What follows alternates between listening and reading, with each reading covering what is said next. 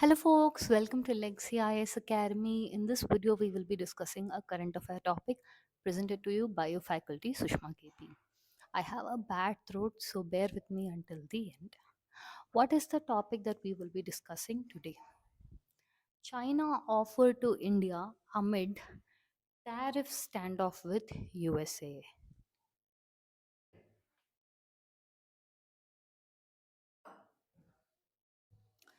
In this article, we will see as to why is it news, what is the relevance of it to your UPSC, that is your GS paper 2.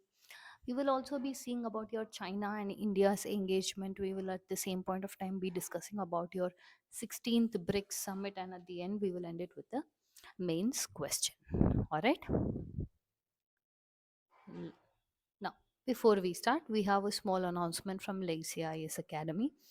For anyone who is taking up prelims in 2025, we have curated a course which is a compilation of current affairs monthly, specifically from your prelims perspective.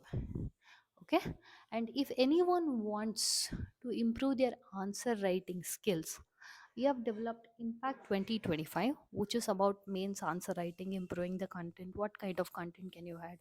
So, all of these. The links for both of this will be provided in the description box below. Do check that out. Now, coming back to the topic. Look, this Chinese Foreign Minister Wang Yi emphasized that the boundary issue between India and China should not define the bilateral tensions. What does this mean? Almost last 4 years pay completely it was a freezing scenario between India and China. Now why the sudden U-turn, or why this importance is given to India and China's bilateral relation, is what we will be looking into the course of the video.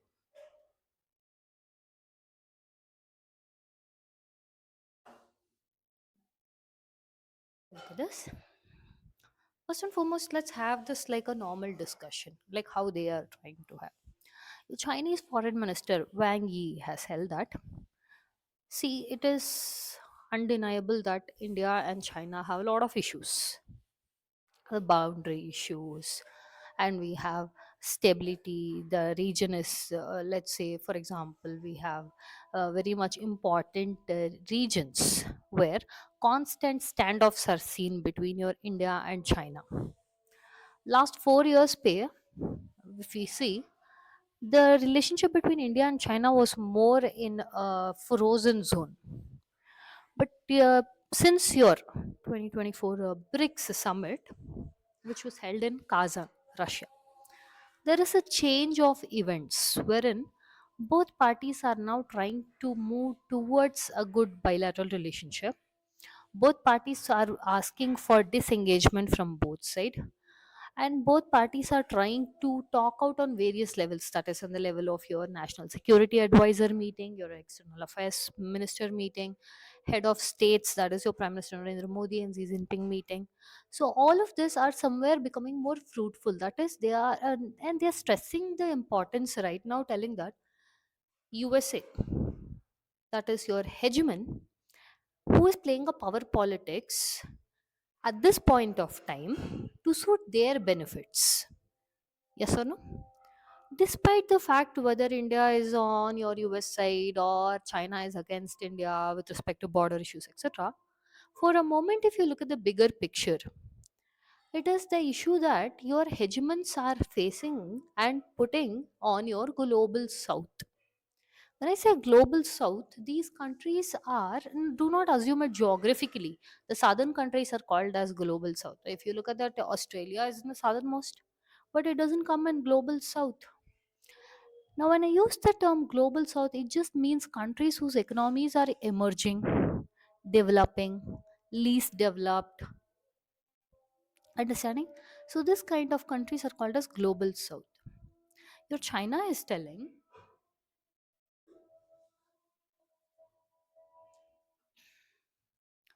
when your hegemons are playing the politics, trying to put us in sanctions, trying to put tariffs, trying to get what they want by imposing these kind of sanctions, we being the top two leaders, China and India, in the global south, we have to play a proactive role.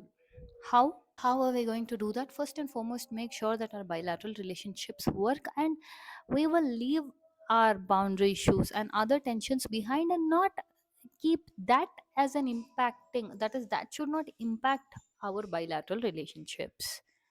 Now this we will see how they have held that.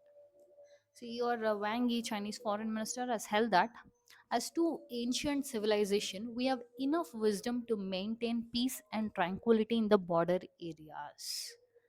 Okay, and he also goes on to tell that we should never allow bilateral relationship to be defined by the boundary question or specific differences, which will affect the overall picture.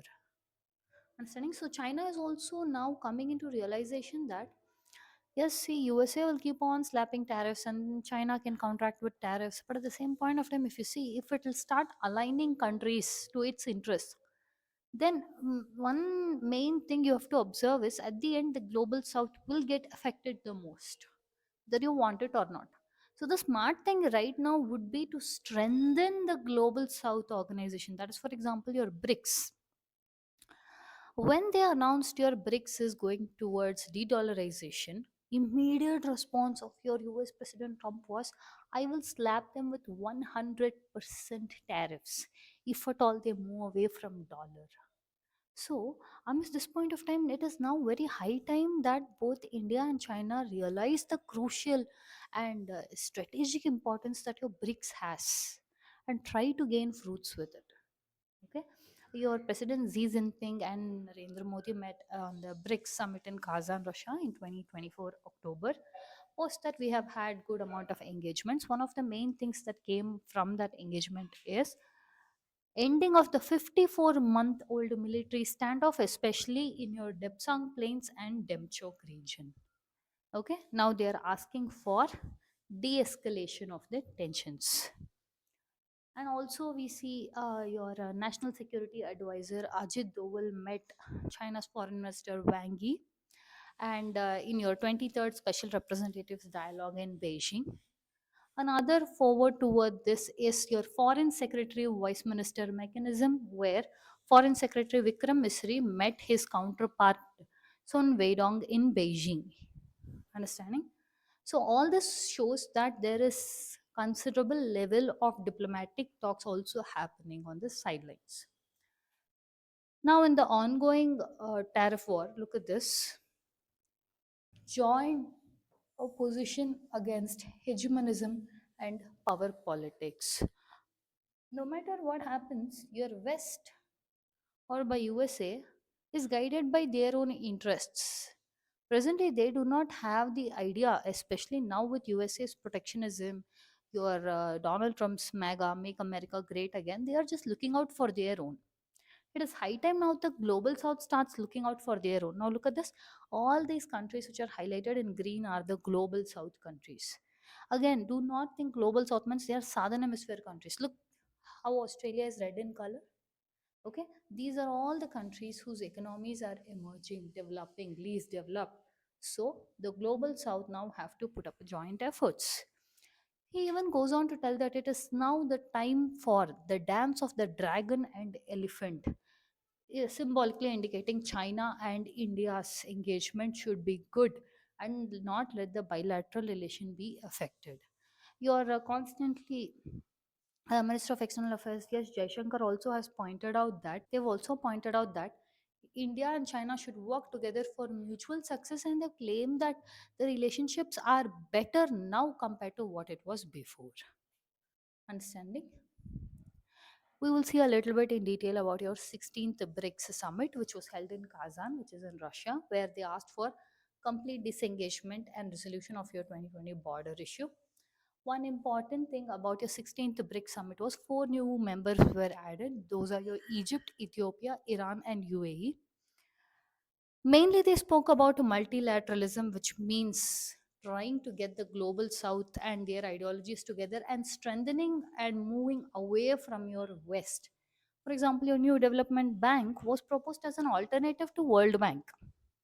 But again, because of the dollarization, even if they want to move away from the dollarization, the issues coming from the West, and also limited resources. And one more thing is BRICS now with the BRICS now can be seen as BRICS Plus. With increasing members, the consensus will again, the fear of few experts are the consensus again will get lost. Again, this will go reduced like your NAM. So the effectiveness might be reduced. These are all the fears with respect to your BRICS editions. At the same point of time, we cannot ignore or undermine the importance that your BRICS poses, especially for the development of your global south, where they've started with your BRICS grain exchange. Initially, they've started with the grain exchange. Slowly, they will include other agricultural products also. And they're also trying to unify the payment forms in your BRICS member countries. Your Bharat, that is India's UPI payment, was held as a crowning moment where see how the success of it was. So we cannot deny the advantages of BRICS. Look at this few of the things that they spoke in your BRICS summit. BRICS grain exchange. They spoke about Ukraine issues and your West Asia issues. They also discussed about your human rights conflicts with regard to your Gaza, and they also discussed about international financial system reform. That's what I said with respect to your India's UPI system. Then they also discussed about your big cats conservation, such as your tigers, leopards, lions, cheetahs. Okay. And they were speaking specifically about your Western sanctions, where people are, that is more specifically USA and West, are just slapping sanctions on sanctions to meet their political agendas as well as economic agendas. They also discussed about your Middle East ka scenario, that is your Lebanon and your Palestine ka issue. We'll see a small timeline of the BRICS formation. Your BRICS was formed in your 2006. In 2014, Fortzilla summit happened. This was a current affairs of prelims 1 year. Then January 2024, four new BRICS members were added. I have mentioned which of those countries were. Okay. So we will see one possible mains question from this particular topic. How do the developments from the recent BRICS summit, particularly of India China bilateral meeting, impact the regional stability and international relations? So basically, the question ka answer is the summation of what we spoke about. Okay, we've reached the end of the video. If you like our content, subscribe to our channel, hit the like button, and share it along with your friends. Thank you.